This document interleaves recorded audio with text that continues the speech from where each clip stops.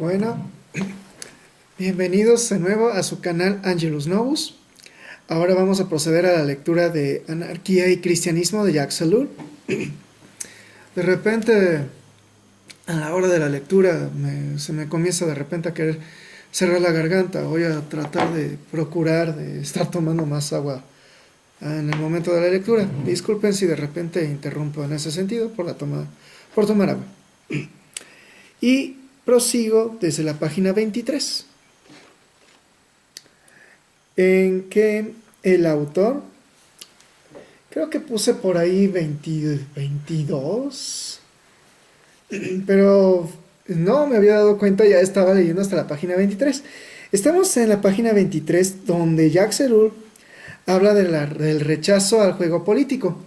Yo estaba leyendo y había sido un poco crítico con Ellul en una lectura inicial.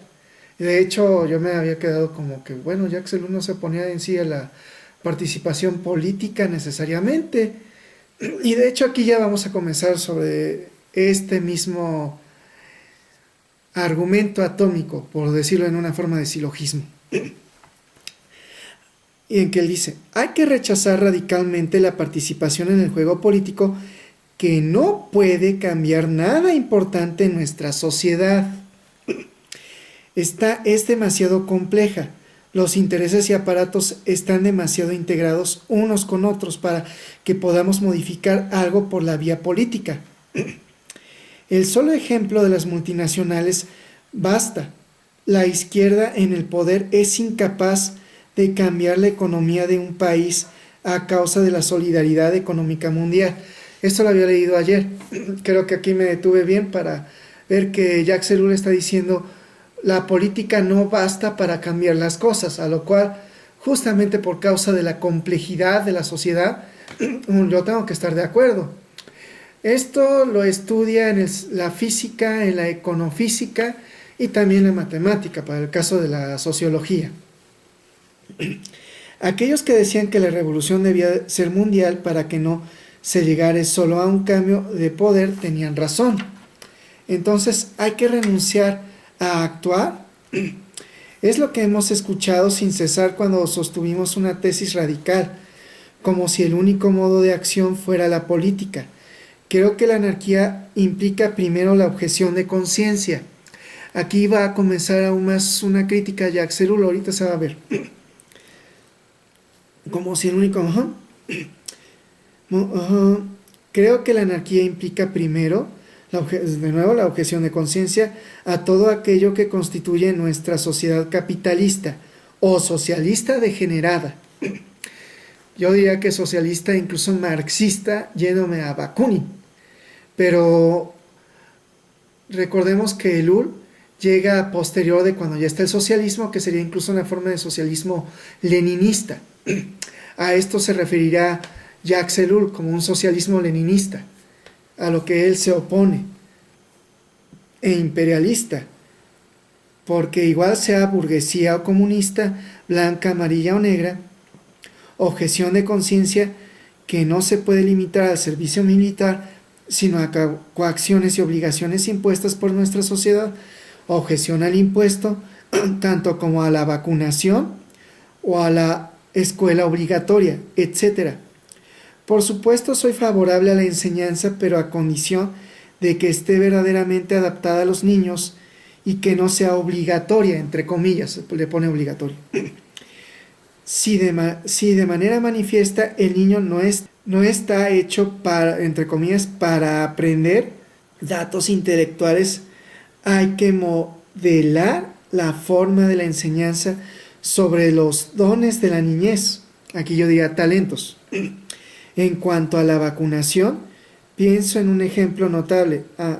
Un amigo, doctor en Derecho, licenciado en Matemáticas, anarquista, o muy cercano a ello, decidió llevar a cabo un regreso a la Tierra, un regreso verdadero en una región muy difícil, la Alta Loira, y que desde hace 10 años cría ganado en las altas planicies. Ahora bien, y por eso cuento su historia, este amigo objetó contra la obligación a vacunar a todo su ganado contra la fiebre aftosa estimando que un ganado criado con cuidado y lejos de cualquier otro rebaño no tiene ninguna razón de adquirir la fiebre aftosa. Aquí las cosas se vuelven interesantes. Lo persiguieron los servicios veterinarios oficiales y le aplicaron una multa. Entonces recurrió a la justicia. Reunió documentación importante, en particular sobre los daños y accidentes de la vacunación en general.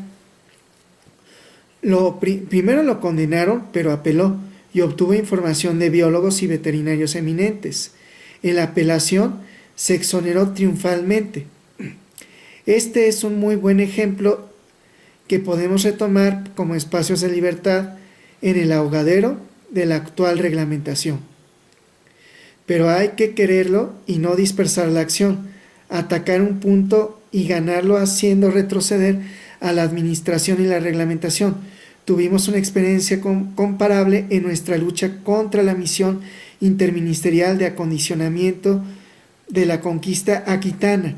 Con enormes esfuerzos pudimos impedir cierto número de proyectos que hubieran sido catastróficos para la población local, pero fueron necesarios innumerablemente procesos incluso en el Consejo de Estado.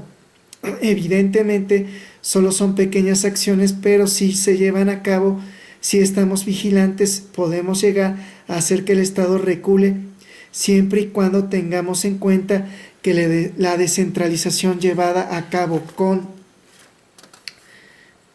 gran estrepito por Deferre volvió la defensa de la libertad mucho más difícil,